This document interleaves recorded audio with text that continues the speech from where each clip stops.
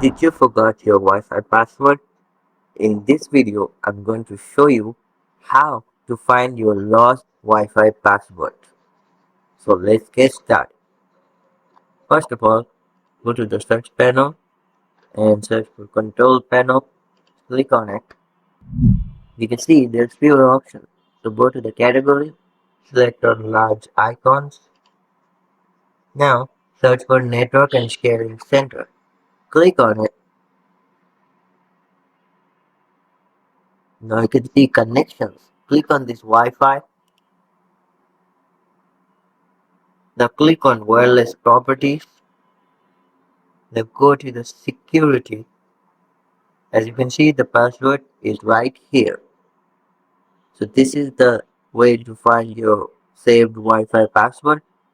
Thank you for watching.